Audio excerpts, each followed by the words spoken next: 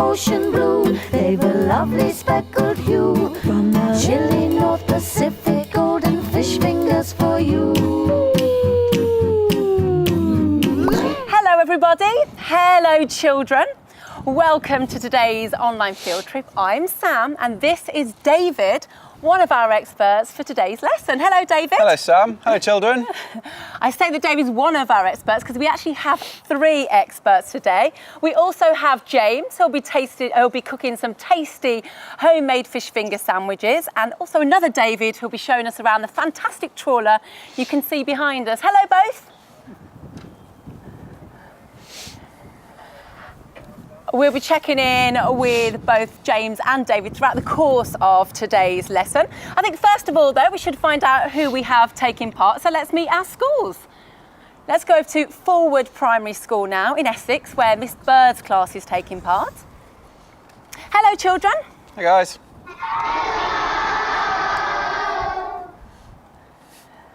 Fantastic stuff. Let's go over to Greenway Primary School now in Cardiff, where we have Mrs. Donnelly's class taking part.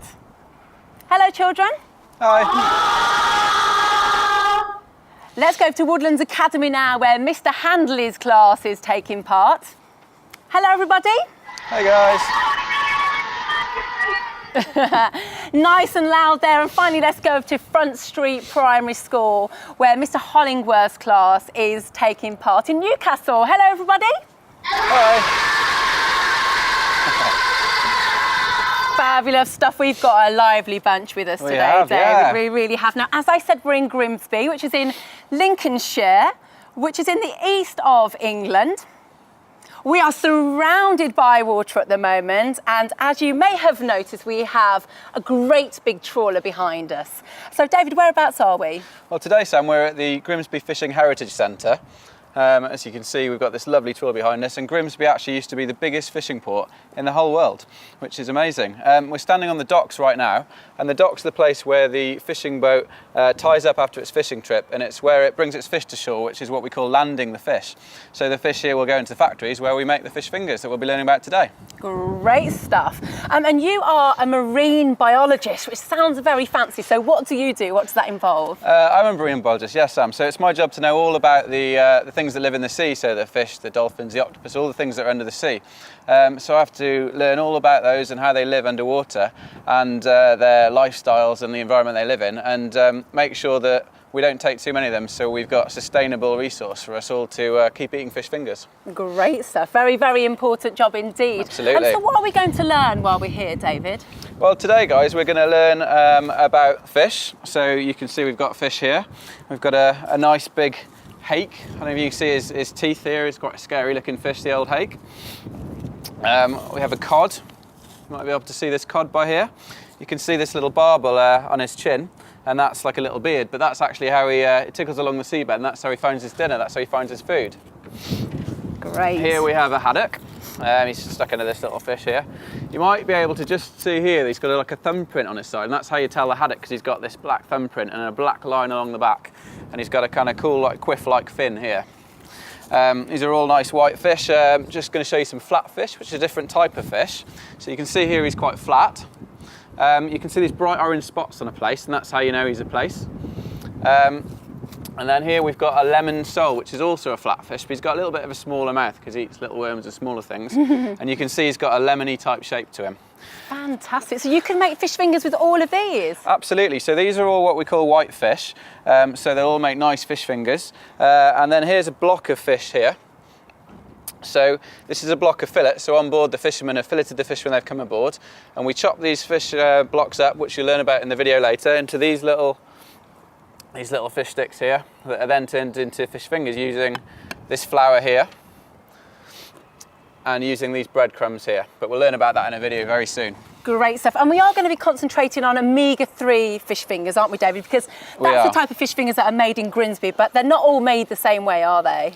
No, fish fingers can be made using many different types of fish, as we've seen here. And they can be made using batter, using breadcrumbs, making all sorts of different things. But the ones we're looking at are using a fish called Alaska pollock. Fabulous stuff. Thank you, David. I think it's time we found out how James is getting on, because of course he is making us some lovely homemade fish fingers. So how are you getting on, James? Okay, well, I'm making some, getting everything ready to cook our fish fingers for later, but I'm also going to be showing you later about tartar sauce and putting it all together and making a lovely fish finger sandwich. Thank you so much, James. Can't wait to try those, David. That's probably Me the neither, best Sam. bit, I think. Really nice. But back to these fish fingers that we have here, because you did say earlier on, David, that they're made by Alaska pollock. So I thought the fish fingers are made from cod. Well, a lot of fish used to be made from cod, Sam, but it's important to try lots of different fish species so we're not putting too much pressure on one individual fish stock, because if we eat too many of one fish, we might run out. And Alaska pollock even, is a fish from the Bering Sea, west side of America, and we use this fish because it's very sustainable. Okay, so they do taste very similar, and that's probably why I've never noticed that I'm not eating cod anymore. Absolutely, they're all the same family, so these fish and Alaska pollock will be cousins, and it's the same sort of white fish, so you probably won't even notice the difference, to be honest, Sam. Oh, great stuff. Well, I know that a lot of our children have been learning about golden fish fingers already, because as usual, we've had loads of resources and information online ready for you to learn before today's lesson. So I think we should go over to Forward Primary School now and find out what Miss Bird's class already know about fish fingers before today's lesson. Who do we have there, Miss Bird? Yeah, what facts have you learned? Lives up to 17 years. That's great. So Sammy has just told us that Alaska pollock lived to up to about 17 years. Yeah, sorry, that's a great fact, and that's absolutely true. 17 years is a really old age for quite a small fish, which is very interesting. I've got a good fact about fish age as well for you, Sammy. There's a fish called an orange ruffy, which is a bit like a giant goldfish, and he lives very deep down in the sea. And those fish live up to 150 years old. Whoa, 150 years old. Great fact there, though, Sammy. Let's get another fact from Miss Bird's class. As the Alaskan pollock gets older, they swim deeper towards the seabed. Wow, that is a great fact. Let me just check this with David. So, David, is it true that as Alaska pollock get older, they go deeper down towards the seabed? Yes, Sam, yeah, that's true. Another great fact. So when fish are born, they're born as tiny little eggs, very, very, very small. You're barely able to see them. And these eggs, they're very oily because they've got little bits of oil in for the baby fish to grow and live on before they hatch. And those float up to the surface, nearby the surface, and then the eggs will hatch into little tiny small fish. And then as these fish grow, they'll swim down to the seabed where their food lives and to stay away from predators like seabirds and seals and things like that. But great fact, yeah. Very clever indeed. Right, let's get one more fact from Miss Bird's class. Hello, I'm Aska, and fish need oxygen to survive just like humans. That's a great fact, though. I think that was Aska. So fish need oxygen to survive, just like humans. That's true, Aska. Good fact. So fish and all animals need oxygen to survive. So they can't breathe air because there's no air underwater. They have to get their oxygen from the water. So fish have these structures like gills. I might just quickly show you on this haddock. I'm not sure if you can see here these red-like structures here. And they're a kind of comb-like structure, and they use that to get oxygen out of the water so they can breathe. So we have lungs and the fish have gills. But great fact, thanks for that one. Great fact. Are you impressed with the learning that's gone on so far? Very impressed, Sam, very impressed. Well done, children. Let's continue learning now. So, David, you said earlier on that Alaska pollock is a sustainable fish. What does that mean? It is, yeah. We touched upon this word sustainable earlier, children, and basically when fish is the last wild animal that we actually go out and catch. So if you think about your chicken and your pork and your beef, so your cows and your pigs, we all grow them on farms, so we grow them up and we breed them, whereas with fish they're wild in the sea, so we have to go out and catch them, and there's a finite number of those fish that replenish each year, but if we take too many there's going to be no fish left for everyone else. So we have to be sure that there's enough fish, the fish stocks are big enough.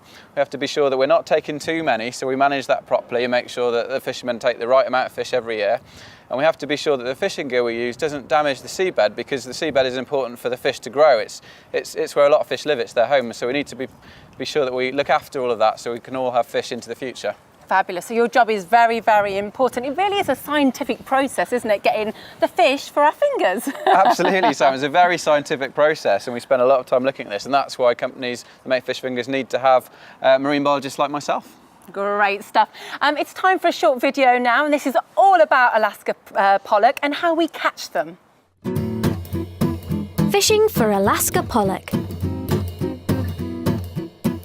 Alaska pollock live in the Bering Sea, which is in the North Pacific Ocean, between the US state of Alaska and Russia. That's more than 4,000 miles away from us here in the United Kingdom. And it's these very fish that we use to make golden fish fingers. To catch the Alaska pollock, the fishermen use a large ship called a factory trawler. They are called factory trawlers because they are able to process the fish as soon as they are caught, like floating factories. These huge boats go to sea for 2 to 3 weeks at a time and have everything on board that the crew needs to live and work there, even a TV and the internet. Also on board is lots of high-tech equipment that the fishermen use to find the schools of Alaska pollock. When they find the fish they're looking for, the fishermen lower this cone-shaped net to a point in the water that is halfway between the boat and the ocean floor. This makes sure that they don't damage the ocean bed. The specially shaped net is designed to avoid catching other sea creatures, like whales or crabs, at the same time. Each net has a sensor that lets the captain know when the net is full of fish so that he can pull the net back up. Soon after being caught, the Alaska pollock are killed, cleaned, and filleted, before being frozen into blocks like this. None of the catch is wasted, and the rest of the fish is turned into something called fish meal, which is used for animal food, or turned into bio-oil, which helps fuel the trawler. In order to protect the oceans, it's important that the fishermen are careful not to catch more fish than can be naturally replaced. Here in the Bering Sea, the fish stocks are carefully monitored to make sure that no more than 15 out of every 100 fish are caught. Once the trawler has caught as much pollock as it can carry, the frozen blocks of fish are sent across the seas to the port of Grimsby in Lincolnshire, where they will be turned into a tea-time favourite, golden fish fingers. Welcome back, children. We hope you enjoyed that. How exciting was that trawler? I don't think I'd fare too well on there. You'd need your strong sea legs to be on there. Now we are on the trawler and we've gained another expert. We've gained another David. Thanks for joining us, David. Now, David works here at the Grimsby Heritage Fishing Centre. So what is your role here? Well, my job is the education officer at the museum, so it's my job really to help people to understand and learn as much as they can about the wonderful, rich heritage that we've got at Great Grimsby. This is a very, very exciting trawler here. So can you tell us a little bit about this? It is. We're standing on one of the most special things that we've got to help people understand about the past, that is the Ross Tiger. Really, I think we've got a film that can help us understand what people used to do on these ships. They would stand on this deck, which is the weather deck here on the fish deck, with 6 men along the rail having to haul in over 100 foot of trawl with the water coming over the railings at the waist. They would have ice in their hair, they could have frostbite even in their fingers. That had to be so tough to work on a ship like this. Wow, so lots and lots of hard work goes into it. Oh, definitely. The nets would have to then be lifted up using the big heavy winches to lift up to 2 tons of fish. They'd swing it onto the deck here, and all of this would be covered in the fish. And they would all then have to be gutted on the deck because that helps them to stay as fresh and in as good a condition as possible. And then they're washed before they go down to the fish room underneath us to be put into ice. Fabulous stuff. Well, we have got some archive footage of that, and it does look such hard work, doesn't it, really? I mean, is it similar nowadays? Do people go out on a trawler like this, and is it just as hard work, or is this extra hard work we're seeing on the screen? Well, the Ross Tiger is what we would call a vintage trawler, so she was designed and built in the 1950s. So thankfully today it is a lot safer, and the men don't have to work in such an exposed condition as they do on this ship. It's almost like a factory underneath where the fish is taken below, and it's much safer out of all the cold and wind and spray. Great stuff. Well, we are going to take a look below deck in a second as where the fish go when they go down the hatch. I think we should get some questions first, because I think the children are probably really excited to talk to you both. So let's go over to Fulworth Primary and see if Miss Kelly's class have any questions for you. Hi, I'm Army. Why did you decide to be a marine biologist? That's a really great question. So Army would like to know, why did you decide, David, to become a marine biologist? Oh, an interesting question, Sam and Army. I think I wanted to be a marine biologist when I was little and went down to the beach. You've all been down the beach on the holidays, I'm sure, and you see starfish and you look over under rocks and you find little crabs and seaweed and seagulls, and I always found that really interesting, and I've always liked to eat seafood and I've liked the sea and boats, so that kind of mystery and excitement has always got me keen, so I went and made a career out of it. Good stuff. Really cool job, isn't it, children? Let's get another question. Let's go back over to Miss Kelly's class. Hello, my name's Atavi. We know that marine biologists have to absorb things and record their findings, but how do they record information underwater? That's a great question, Athavi. So Athavi would like to know how you record things underwater. Surely you don't take a pad and pen, David? You don't know, Sam, and that's a great question. I wondered this myself when I started to study marine biology, because if you're out and about in the woods and you count trees, for example, you can write it down on your clipboard, but how do you do that underwater? Well, interestingly, there's special technology that helps us out, and it helps me do this. So sometimes we have waterproof paper, so you can use a normal pencil, and underwater when you're counting your fish or you're watching your corals and things, you can write it down on that.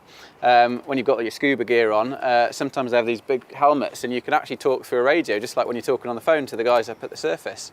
And then another thing is, when it's really deep or the weather's really bad, or you're looking at special things that might be dangerous to send a person down, we've got submarines we can send down, we've got big cameras on poles, and we can bring fish up in nets, so we can look at it from the safety of a boat or even bring it back to shore to see. So that's how we get our data. Great question, thanks. Really good question and a really good answer as well, David. Let's go over to Greenway Primary now to see if Mrs. Donnelly's class have any questions for our Davids. My name is Lucius, and my question is, what is the most terrifying fish you have ever seen? That's a really good question, Lucia. So Lucia would like to know, what's the most terrifying fish you've ever seen, David? It's a good question. I've seen a lot of scary fish in my time. I think the most terrifying fish was a big shark, like you might have seen those sharks on Finding Nemo, so it was one that looked a bit like that. We pulled up a big trawl when I was working on board a fishing boat, and we were expecting some nice cod and haddock like what we saw earlier for the fish fingers, and actually there was a big shark in the net, so we were all very scared, and we had to be very, very careful to let it out of the net and put him back to sea safely so he didn't bite any of our toes. Fabulous stuff. Let's get one last question now from Mrs. Donnelly's class. My name is Batson, and my question is, what is the most unusual fish you've ever seen? Great question, Bethan. Bethan would like to know what's the most unusual fish you've ever seen, David. Most unusual fish? That would have to be the sunfish, I think, Bethan. So I was actually down in Cornwall and Devon, where you guys might have been on holiday maybe, and it's a big fish. It's about as tall as me and about this wide, and it's a big kind of oval shape, and then it's just got two big fins on the tail. And this fish was lying on its side on the sea surface, and I thought it was a bit poorly, a bit unwell, so I went to see. And actually it turned out it was one of these sunfish, and they eat jellyfish, which you might see on beaches, and they don't look very tasty to me, but these sunfish seem to love them, but they have to go down very deep to get them, and the water gets down very cold when they're deep, so they have to lie on the surface and warm up their bodies in the sun like lizards might do to get enough warmth to keep going. So keep your eyes out on holiday if you're ever down in Devon and Cornwall for a sunfish. Oh yeah, definitely great tip, and what a great story as well.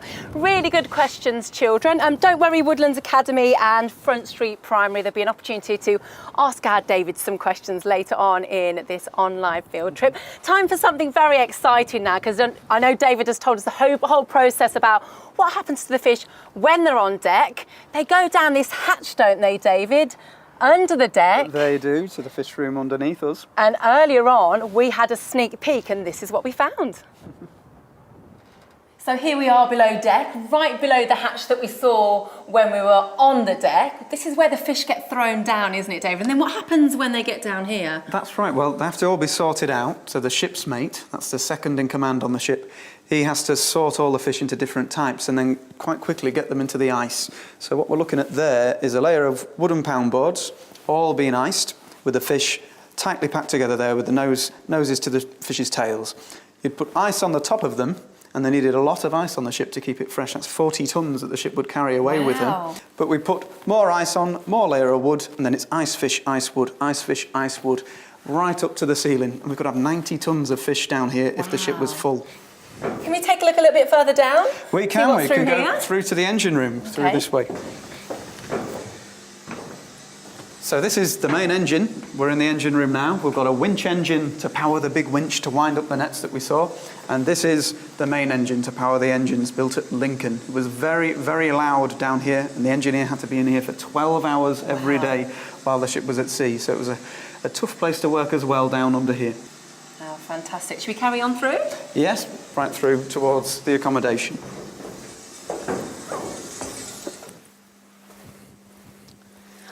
Wow. So this is, I guess, the sleeping quarters.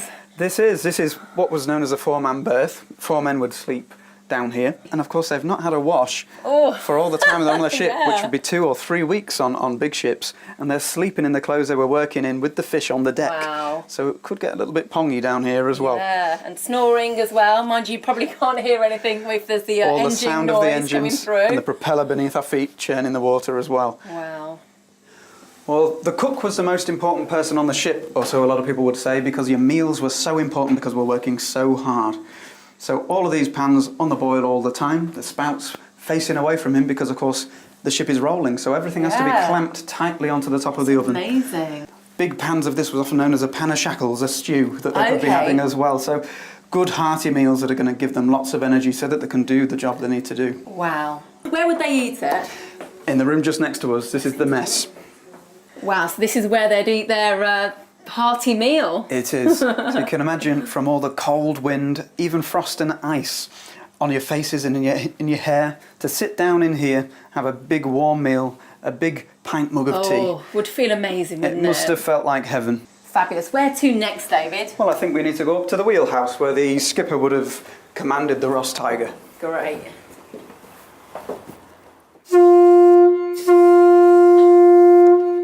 Welcome back. We hope you enjoyed that. How exciting is it below the deck here on the trawler?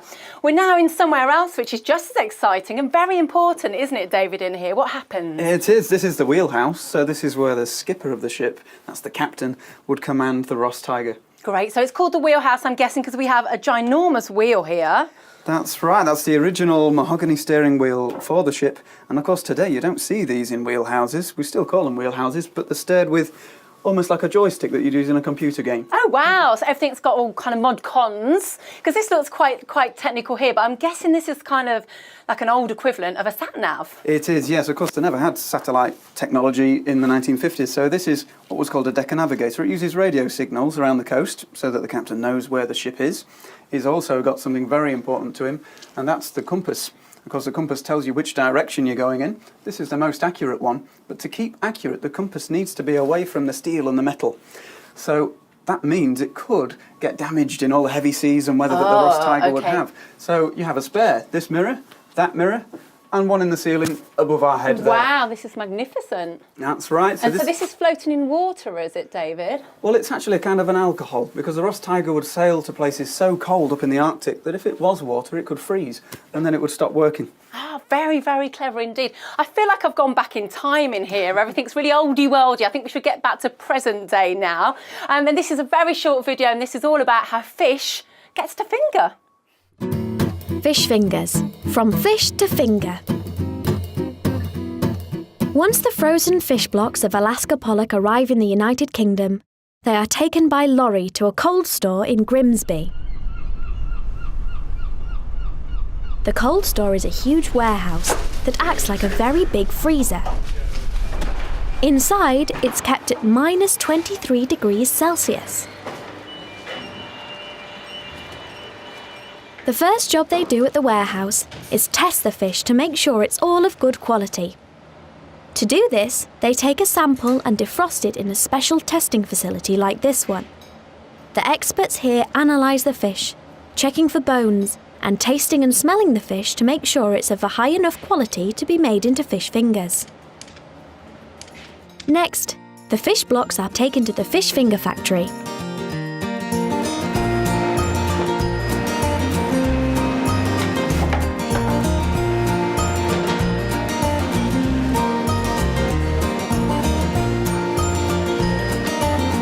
Here, the frozen blocks of fish are sawn into fish finger shapes, like this, using a bandsaw. The bandsaw is controlled by a computer, so that each fish stick is exactly the same size. and this factory makes roughly 7 million fish fingers every week. The fish fingers are then passed through a waterfall of batter in a process called enrobing, before being coated in breadcrumbs. The breadcrumbs are made from wheat flour and a little salt is added for more flavour.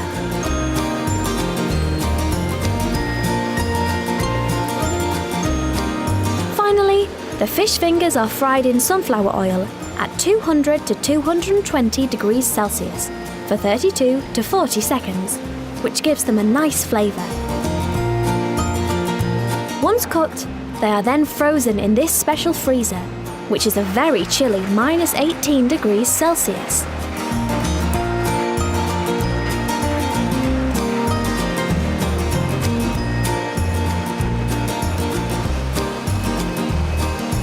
They are then packed into boxes of 10 and stored in a large freezer.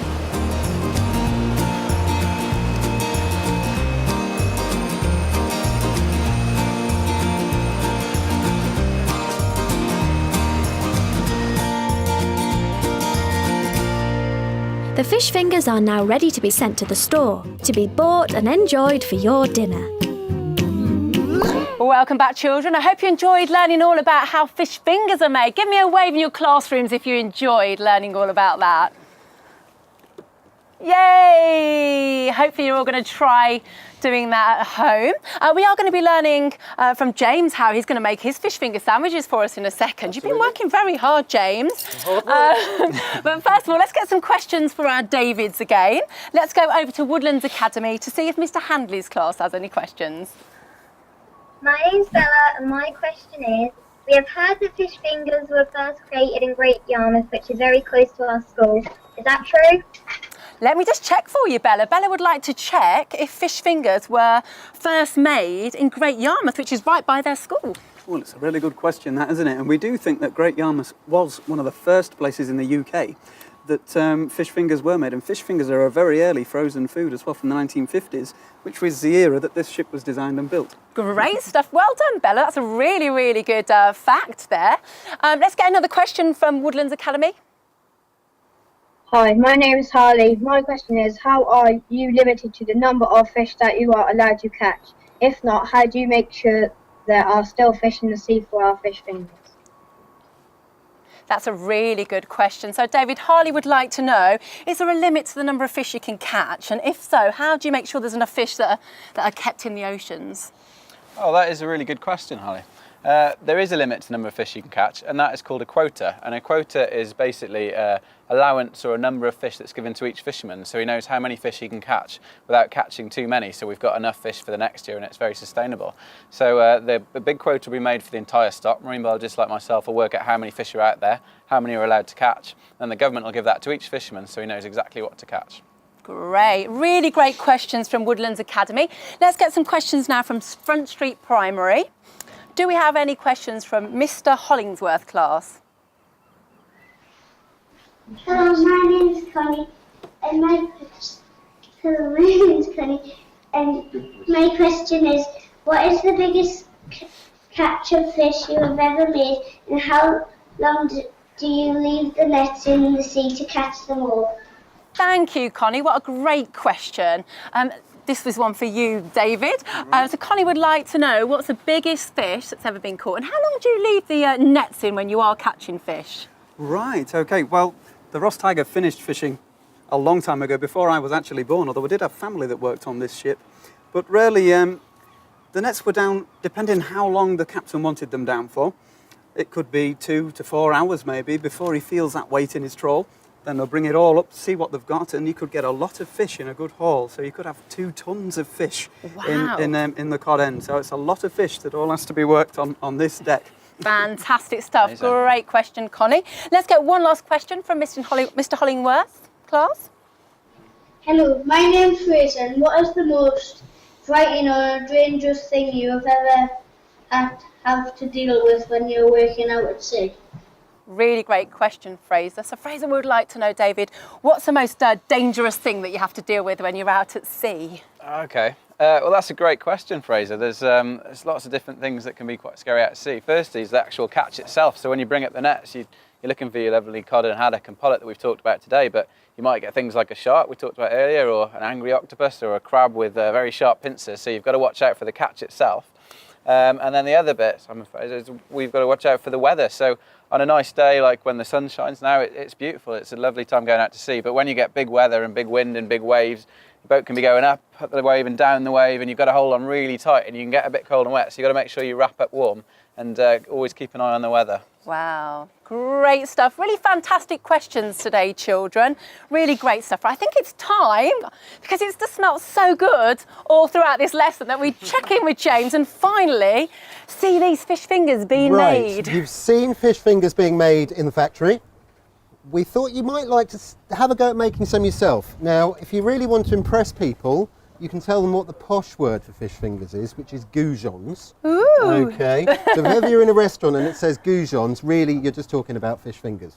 Okay. Now, to make these fish fingers, we just need 4 ingredients. We need some fish. So we've got a lovely pollock that's probably about 4 hours out of the sea. Some flour, some eggs, and some breadcrumbs. That's it. Wow. Okay. Now, And could you use other fish other than pollock? absolutely, you could use pretty much any fish you like. You could use some cod, some haddock, some salmon. In fact, the recipe that you've got in school is for the salmon fish fingers. But Lovely. because we're talking about pollock, we've changed it. It's that easy to change. Great. Okay. Now, before I get on with this, you've also got in school some tartar sauce. So what we thought we'd show you is how to make tartar sauce. So if I can get some help from you guys doing that, that would be great. Absolutely. So, if I can get you, Chef, please, to chop my herbs for me. All Right, you need to do is put your scissors in the pot and chop away. Okay. like And then if giving it a I can haircut. get the tartar sauce being made. So I've got a clean mixing bowl. Okay. I've got some mayonnaise. I've got some lemon zest. I've got some chopped up gherkins, which are just a kind of pickled cucumber. I've got some nasturtiums, capers, which are a nasturtium berry, okay? Nice peppery taste, okay? And also some lemon juice. So if I can get you, Chef, just to combine all of those in that bowl for me, that would be Absolutely. great. No I problem. think you're Okay. supposed to say yes, chef. Yes, Yes, chef. chef. Yeah, Thank you chef. very much. Right, now, when you're making your fish fingers, okay, top tip, use one hand, okay? Because if you use 2 hands, you will end up in a big mess. So what we're going to do is we're going to dip our fish, which we've cut into the size we want, in our flour. Okay. We're now going to dip it into our beaten egg. Make it nice and sticky. Yep, because what we want is we want something for our breadcrumbs to stick to.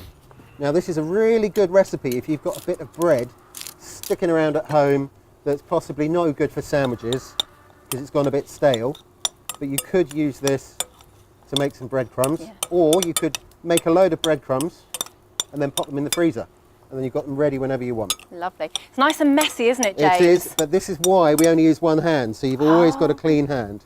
Very Pop clever. it in the pan. If you're cooking, you need to have an adult, okay? So, that's the one I've just popped in. This is the batch that I've made earlier. So we cook them for about 2 minutes on one side, and then probably about 2 minutes on the other. Oh, Okay. They smell so good, What James. you can do, they do smell good, don't they? What you can do, if you're not sure if they're cooked, is slice one open and have a look. It should be the same colour the whole way through. If it's not quite the same colour in the middle, give it a little bit longer. Okay, how are we doing with our sauce, chefs? We're all done. Final mix? Well Nice done, Excellent. chef. work. Okay, we could make a fish finger sandwich with sliced bread, but we thought, why not make a wrap? So, You can get more into a wrap, can't you, you James? can. Shove it all in. Can, and it's easier Have a to good eat. wrap. It's food on the go. So we just need a wrap. We've got some nice shredded lettuce, a bit of tomato, a bit of colour, a bit of flavour. We need a couple of bits of our goujons or fish fingers that we've already cooked. The Davids are, you're getting excited, aren't you, both of you? So hungry right now. We've been And then- smelling it for ages. beautiful. Sorry, Sam, get in front of you. There you And go. then a big dollop of our tartar sauce. Okay. Then, excuse me a moment, all we're going to do is give it a big old wrap up and we're good to go. Lovely. Okay. I think James and David should have the first sample because they've been working very, very They hard. have. So while I think slice so. this up, excuse fingers, Great chef, they are stuff. clean. I have Thank you washed very my much, hands. chef. There we go. Mind your Bon food, chef. appetit. Brilliant. Okay. And of course, fish fingers are a good source of protein, which is really important for normal growth and strong muscles, and a source of calcium as well, which we need for healthy, strong teeth. We've come to the end of this online field trip. How are you doing there, boys? Nice? Delicious. Lovely. Absolutely beautiful, Good, chef. good, Thank good. you very I much. think we should just go Lovely. to all of our schools and find out what we have learnt today. So let's go to Forward Primary School in Essex to see what Miss Bird's class has learnt. My fact is that Alaska pollock eggs float above the water till they hatch. Oh, that's a really good fact. So Miss Bird's class have learned that Alaska pollock's eggs float above the water till they hatch, David. Yeah, that's a great fact actually. There's a little bit of lipid or fat in the egg and it helps them float to the surface, and that's away from predators at the bottom that might eat the eggs. And then when the eggs hatch, they swim back down to the bottom. And the eggs are actually a very important food source for lots of different animals. So for example, some of the large whales will actually eat little pollock eggs. So the pollock end up making about 100 times more eggs than they actually need, just because so many things eat it. So it's a very important part of the ocean. But Wow. great fact, thank you. Really great fact. Let's go to Greenway Primary School now to find out what you've learnt. Hello, my name's Casey, and my fact is that machines make fish fingers and they're not made by hand. That's a really great fact. So Mrs. Donnelly's class have learnt that fish fingers are made by machines and not by hand, unless you make them at home. Let's go over to Woodlands Academy now to find out what Mr. Handley's class has learnt. Hi, my name is Callum, and my fact that I've learnt today is that the trawlers have a factory inside them. That's a really, really great fact. So Mr. Handley's class has learnt, David, that the trawler has a factory inside them. Yes, Hello. certainly today, compared to the days of the Ross Tiger, of course, when everything was done out in the open air. So it had to be tough years ago, and even still today on the big trawlers. Yeah. Great learning. Finally, let's go to Front Street Primary School now and find out what Mr. Hollingworth's class has learnt. My name's Matthew, and I found out that it's very dangerous to be a trawler man. Right, that's great. So they've learnt that it's very dangerous to be a trawler man. Very dangerous indeed, but a very rewarding job. Absolutely, very important and very rewarding job. Fantastic. Well, we've come to the end of this online field trip. Thank you so much to David. Thank you so much, James, for your amazing cooking. And thank you so much for joining us, children, today. If you'd like to take part in our next online field trip, we've got a very special end of term extravaganza. We're going to be a day at the country show. We're going to be meeting lots of farmyard animals. We're going to be finding out where all our favourite food comes from as well. That'll be on the 3rd of July, so don't forget to join us for that. And don't forget, if you'd like to take part in a school farm to fork field trip, all you need to know is online on our website. It is lots and lots of fun. You really get stuck in, just like the children you can see on the screen right now. So get signed up for that one. But from myself, James, and the Davids here in Grimsby, it's goodbye, because we're going to eat our fish finger sandwiches. Bye, guys. Goodbye, everybody. Goodbye, Forward Primary School. Bye. Goodbye, Greenway Primary School. Goodbye, Woodlands Academy. See you later. And finally, goodbye, Front Street Primary School. Thank you so much for joining us. Goodbye.